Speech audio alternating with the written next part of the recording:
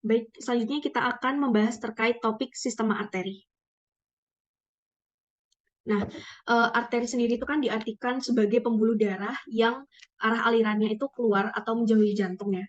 Dan hampir semua arteri itu membawa darah kaya akan oksigen, kecuali arteri atau truncus pulmonalis dan arteri umbilicalis yang membawa darah kaya karbon dioksida. Ya. Dan untuk sistem peredaran sistemik itu dimulai dari aorta kan. Nah, aorta ini akan keluar dari ventrikel kiri, kemudian akan naik menjadi aorta ascendens, mendatar menjadi arcus aorta, lalu turun menjadi aorta descendens. Seperti itu. Dan yang pertama tadi kan ada aorta ascendens ya. Nah, pada aorta ascendens itu nanti akan muncul dua percabangan arteri kecil ke dekstra dan sinistra yang akan menjadi AA koronaria. Nah, banyak AA koronaria yang pada akhirnya itu tidak beranastomosis dengan arteri yang lain. Nah, arteri yang tidak beranastomosis ini disebut dengan N-arteri. Kemudian yang kedua ada arcus aorta. Nah, arcus aorta ini ya, arcus aorta. Nah, pada arcus aorta itu akan muncul tiga percabangan arteri sedang yang akan membawa darah ke bagian ekstremitas atas dan kepala. Nah, seperti yang ada pada gambar ini, arcus aorta ada tiga percabangan ya. Nih, ya. Dan untuk yang pertama, nah ketika percabangan itu, untuk yang pertama ini ada truncus brachiocephalica. Nah, truncus brachiocephalic ini akan bercabang menjadi arteri arteri subclavia dextra dan arteri carotis communis dextra. Nah, arteri subclavia dextra ini akan bercabang-cabang menjadi arteri yang akan memvaskularisasi ekstremitas atas bagian dextra. uh, sedangkan untuk yang arteri carotis communis dextra um, itu akan bercabang menjadi arteri carotis interna dan eksterna. Ini interna dan eksterna. Nah, arteri karotis eksterna itu akan memvaskularisasi bagian wajah dan leher, sedangkan arteri karotis yang interna itu akan memvaskularisasi ke arah otak. Seperti itu. Kemudian yang kedua ada arteri karotis communis sinistra, yang ini. Nah, arteri karotis communis sinistra ini akan bercabang menjadi arteri karotis interna dan eksterna. Nih, interna dan eksterna. Nah, arteri karotis eksterna itu akan memvaskularisasi bagian wajah dan leher. Nah, sedangkan untuk yang arteri karotis interna itu ini interna itu akan memvaskularisasi ke arah otak. Dan yang ketiga ini ada arteri subclavia sinistra. Nah, untuk arteri subclavia sinistra ini akan memvaskularisasi bagian ekstremitas atas bagian sinistra. Seperti itu. Nah, kemudian selain ada aorta ascendens, kemudian arcus aorta, juga ada aorta descendens. Nah, untuk aorta descendens ini adalah lanjutan menurun dari arcus aorta. Nah, arcus aorta descendens ini akan dibedakan jadi aorta descendens pars thoracica dan aorta descendens pars abdominalis. Nah, aorta descendens yang terletak lebih superior dari diafragma itu disebut sebagai pars thoracica, di mana aorta thoracica itu akan memvaskularisasi bagian perikardium, esofagus, interkostal, dan sebagainya.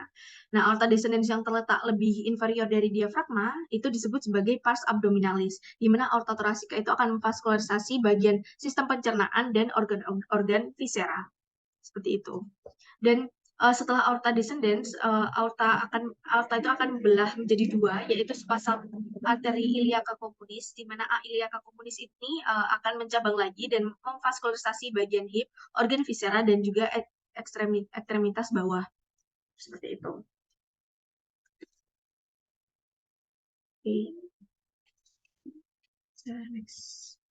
Nah, untuk gambar yang ini anterior view of brains of brachiocephalic trunk in upper limb. Nah, ini truncus brachiocephalic di ekstremitas atas ya. Sedangkan ini anterior view, ini posterior view. Nah, baik, kita berlanjut ke topik selanjutnya, yakni sistema vena. Oke. Nah, vena sendiri itu adalah pembuluh darah yang membawa darah mendekati jantung dan untuk memahami sistem vena, kita harus tahu bahwa vena itu pada akhirnya akan bermuara ke atrium kanan. Nah, kecuali vena pulmonalis. Nah, vena-vena yang bermuara langsung ke atrium kanan itu adalah vena cava superior, vena cava inferior, sinus coronarius, dan vena-vena cardiaca minimae.